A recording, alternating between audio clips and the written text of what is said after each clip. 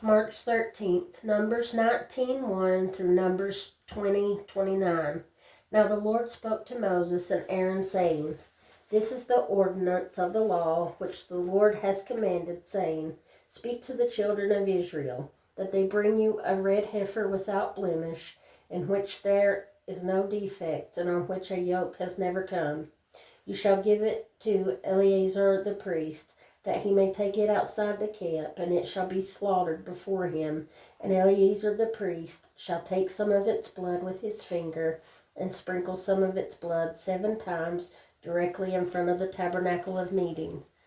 Then the red heifer shall be burned in his sight, its hide, its flesh, its blood, and all its offal shall be burned.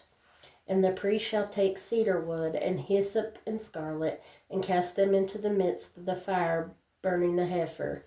Then the priest shall wash his clothes. He shall bathe in the water, and afterward he shall come into the camp. The priest shall be unclean until evening. And the one who burns it shall wash his clothes in the water, bathe in the water, and shall be unclean until evening. Then a man who is clean shall gather up the ashes of the heifer and store them outside the camp in a clean place, and they shall be kept for the congregation of the children of Israel for the water of purification. It is for purifying from sin. And the one who gathers the ashes of the heifer shall wash his clothes and be unclean until evening. It shall be a statute forever to the children of Israel and to the stranger who dwells among them. He who touches the dead body of anyone shall be unclean 7 days. He shall purify himself with the water on the 3rd day, and on the 7th day, then he will be clean. But if he does not purify himself on the 3rd day, and on the 7th day, he will not be clean. Whoever touches the body of anyone who has died and does not purify himself defiles the tabernacle of the Lord. That person shall be cut off from Israel. He shall be unclean, because the water of purification was not sprinkled on him. His uncleanness is still on him. This is the law when a man dies in a tent. All who come into the tent and all who are in the tent shall be unclean 7 days. And every open vessel which has no cover fastened on it is unclean. Whoever is in the open field who touches one who is slain by a sword, or who has died, or a bone of a man, or a grave, shall be unclean 7 days. And for an unclean person they shall take some of the ashes of the heifer, burnt for purification from sin, and running water shall be put on them in a vessel. A clean person shall take hyssop and dip it into the water, sprinkle it on the tent, on all the vessels, on the persons who there were, or on the one who touched a bone, the slain, the dead, or a grave. The clean person shall sprinkle the unclean on the 3rd day and on the 7th day. And on the 7th day he shall purify himself, wash his clothes, and bathe in water, and at evening he shall be clean. But the man who is unclean and does not purify himself, that person shall be cut off from among the assembly, because he has defiled the sanctuary of the Lord. The water of purification has not been sprinkled on him, he is unclean. It shall be a perpetual statute for them. He who sprinkles the water of purification shall wash his clothes, and he who touches the water of purification shall be unclean until evening. Whatever the unclean person touches shall be unclean, and the person who touches it shall be unclean until evening. Then the children of Israel, the whole congregation, came into the wilderness of Zin in the 1st month, and the people stayed in Kadesh, and Miriam died there and was buried there. Now there was no water for the congregation, so they gathered together against Moses and Aaron. And the people contended with Moses and spoke, saying, If only we had died when our brethren died before the Lord.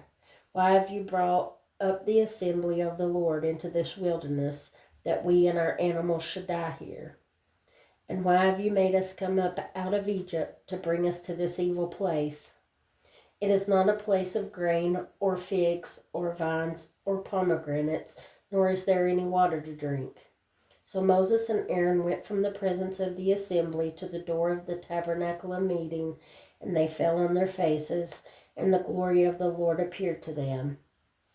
Then the Lord spoke to Moses, saying, Take the rod, you and your brother Aaron, gather the congregation together. Speak to the rock before their eyes, and it will yield its water.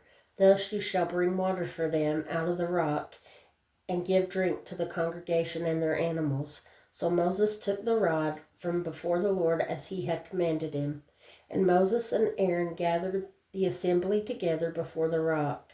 And he said to them, Hear now, you rebels, must we bring water for you out of this rock? Then Moses lifted his hand and struck the rock twice with his rod, and water came out abundantly, and the congregation and their animals drank. Then the Lord spoke to Moses and Aaron, Because you did not believe me, to hallow me in the eyes of the children of Israel, therefore you shall not bring this assembly into the land which I have given them. This was the water of Meribah, because the children of Israel contended with the Lord, and he was hallowed among them. Now Moses sent messengers from Kadesh to the king of Edom. Thus says your brother Israel, You know all the hardship that has befallen us, how our fathers went down to Egypt, and we dwelt in Egypt a long time, and the Egyptians afflicted us and our fathers. When we cried out to the Lord, he heard our voice and sent the angel and brought us up out of Egypt. Now here we are in Kadesh, a city on the edge of your border. Please let us pass through your country. We will not pass through the fields or vineyards, nor will we drink water from the wells. We will go along the king's highway. We will not turn aside to the right hand or to the left until we have passed through your territory. Then Edom said to him, You shall not pass through my land, lest I come out against you with the sword. So the children of Israel said to him, We will go by the highway, and if I or my livestock drink any of your water, then I will pay for it. Let me only pass through on foot, nothing more. Then he said, You shall not pass through.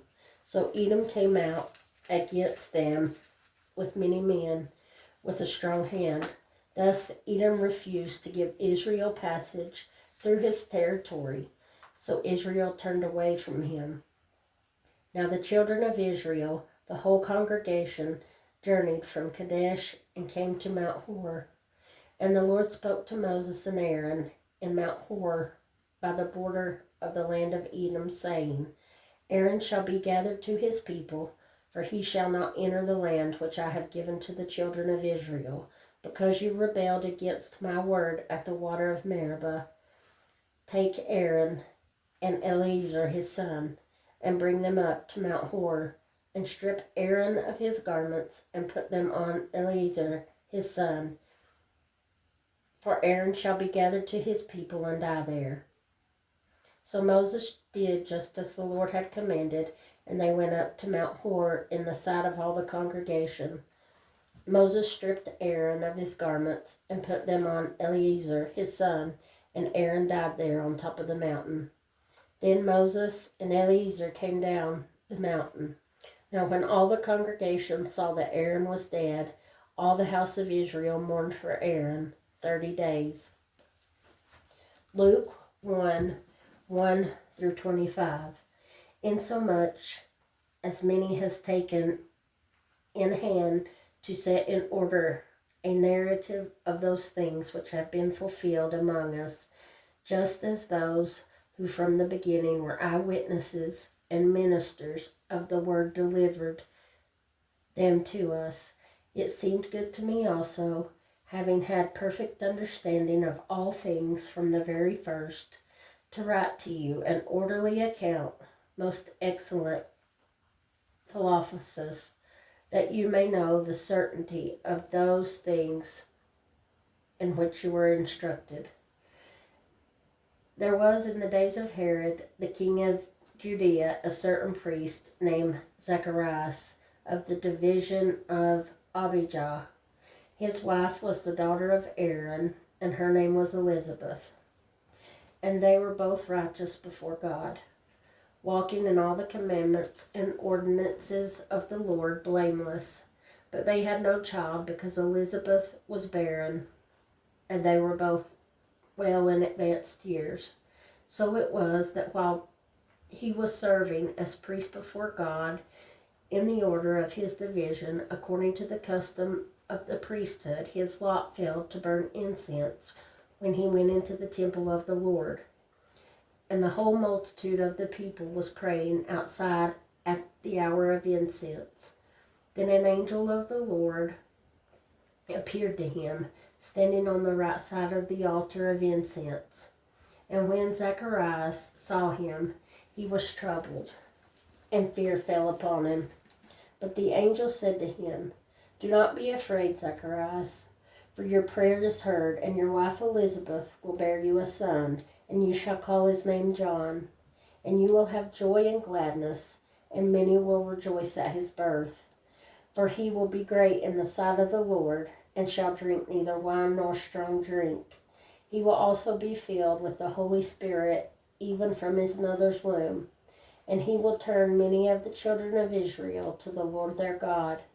He will also go before him in the spirit and power of Elijah, to turn the hearts of the fathers to the children, and the disobedient to the wisdom of the just, to make ready a people prepared for the Lord." And Zacharias said to the angel, "How shall I know this? For I am an old man, and my wife is well advanced in years." And the angel answered and said to him, "I am Gabriel, who stands in the presence of God, and was sent to speak to you and bring you these glad tidings. But behold, you will be mute and not able to speak until the day these things take place, because you did not believe in my words, which will be fulfilled in their own time."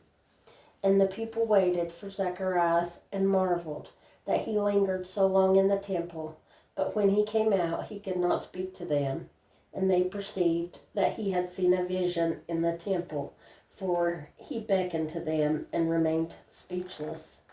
So it was, as soon as the days of his service were completed, that he departed to his own house.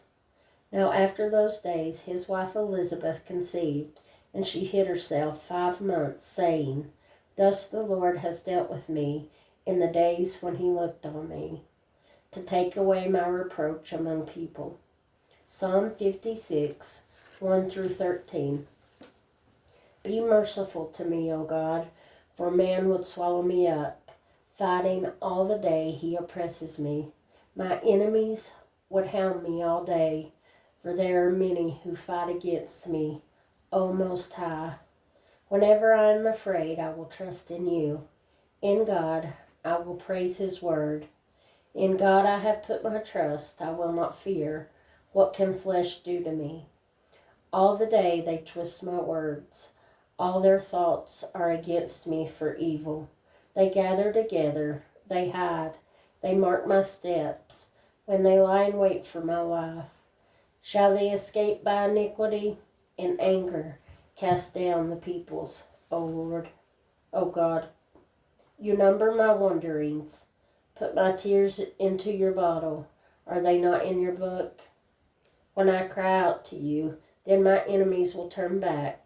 This I know, because God is for me.